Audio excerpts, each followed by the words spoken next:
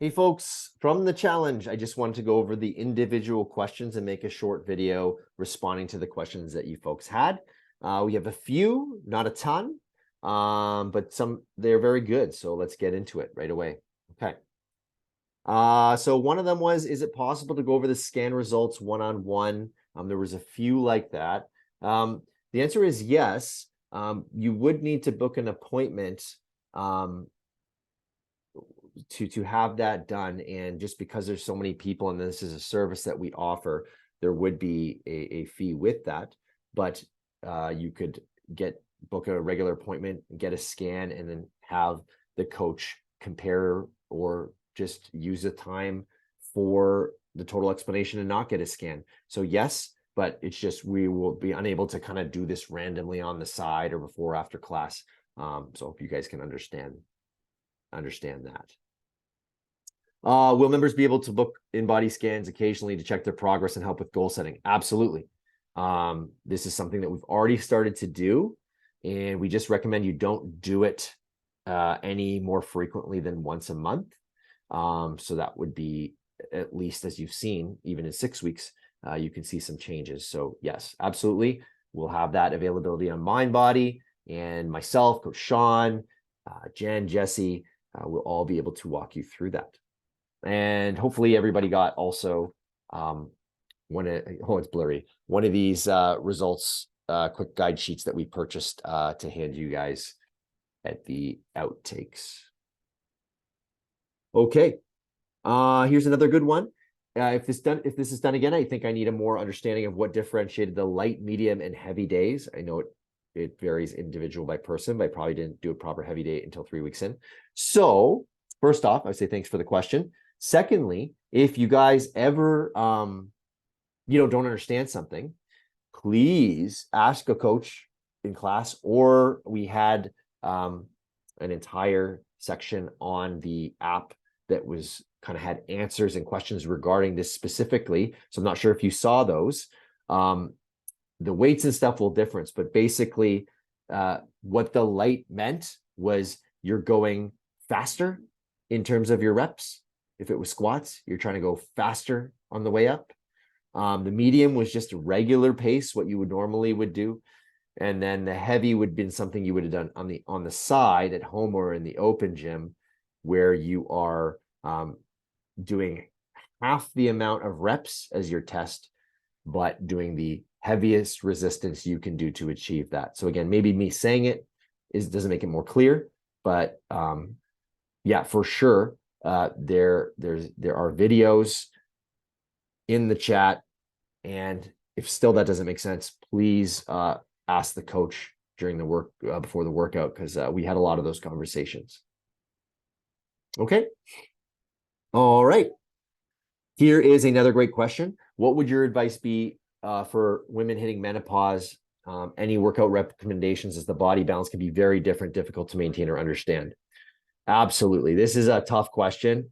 One thing that I can say is that if you are wanting to look into things more frequently for this specific reason, you could always try to check in more frequently to see how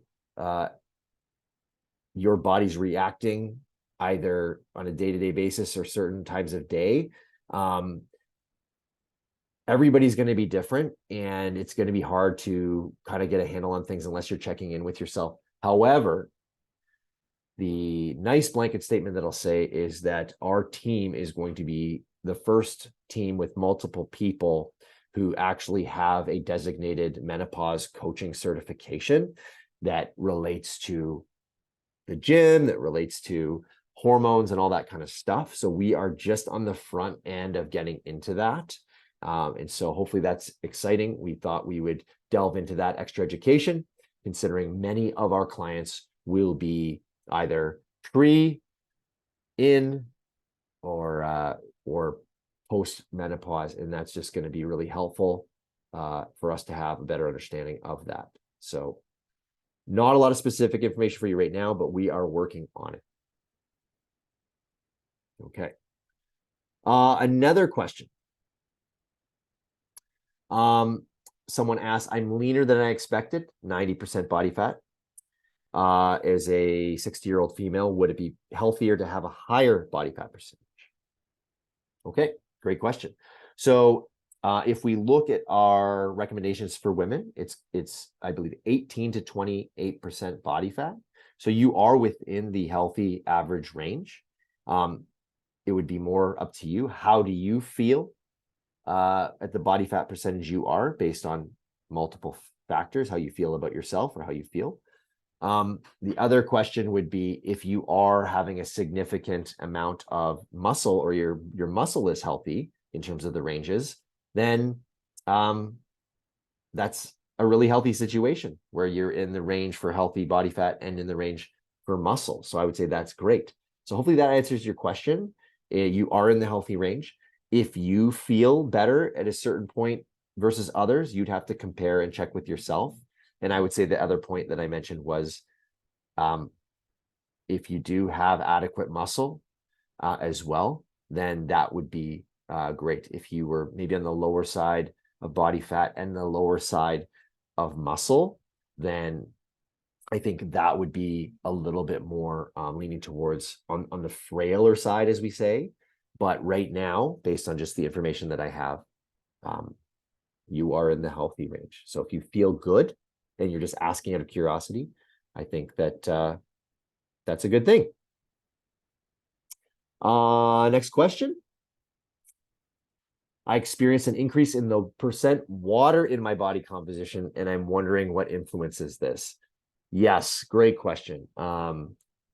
A lot of things influence it, right? So if we're doing it at a different time of day, the scan, if we are a woman who's experiencing, is in menstruation or different forms of that, if you have a higher level of vegetables, which is a lot of water content, and then there's just so many things that influence intracellular and extracellular water. Was your caffeine, alcohol intake different between the intake and outtake? So many things can influence that. Supplements, inflammation, workouts, sodium. So the question is kind of, what have you done and eaten in the last 24 to 28 hours, and how is that different from the last test? So probably really hard to sort out, but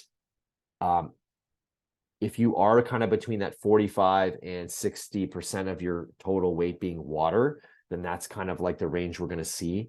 And we're hoping to be closer to that 60% range. So great question.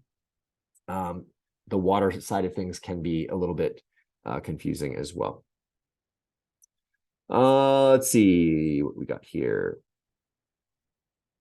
Okay. Somebody's wondering if I have weight loss, muscle mass loss, but fat mass increased, wondering why. And this is a very great question. So in this case, I'm going to reach out to that person and see if they want to have a like a sit down where we can see their scan, because I think that is a very unique situation. And it's great that you recognize that and came in, but I would like to have a more of a private conversation and look at that from the big picture, because again, just knowing those factors might not actually give me enough information and data to kind of answer that. I have a video I can send out as well about the water thing. So that was a separate question. And let me just see if I've got anything else here for you. Okay. Another question. Last one. We've got all these strength gains.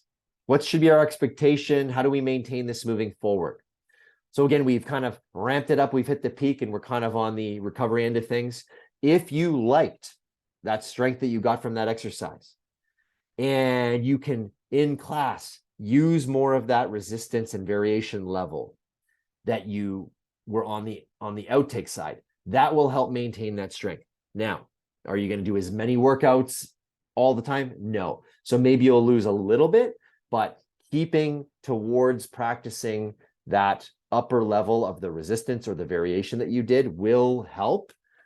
If you like the idea of continuing that specifically, you can make those choices in all the workouts we do to keep in your overhead press or to keep in your push-up or to keep in your squat. But even the fact that when it comes up, as long as we're doing it 2 times a week, I would say, you should be able to maintain a lot of that strength for quite a long time.